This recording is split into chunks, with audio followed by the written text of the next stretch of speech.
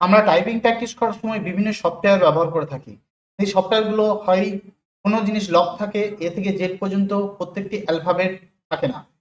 চলুন আজকে দেখা যাক কিভাবে আমরা নতুন একটা কোডের সাহায্যে নতুন একটা লেখা এনে সেটাকে টাইপ প্র্যাকটিস করলে আমাদের টাইপিং স্পিড বেড়ে যাবে।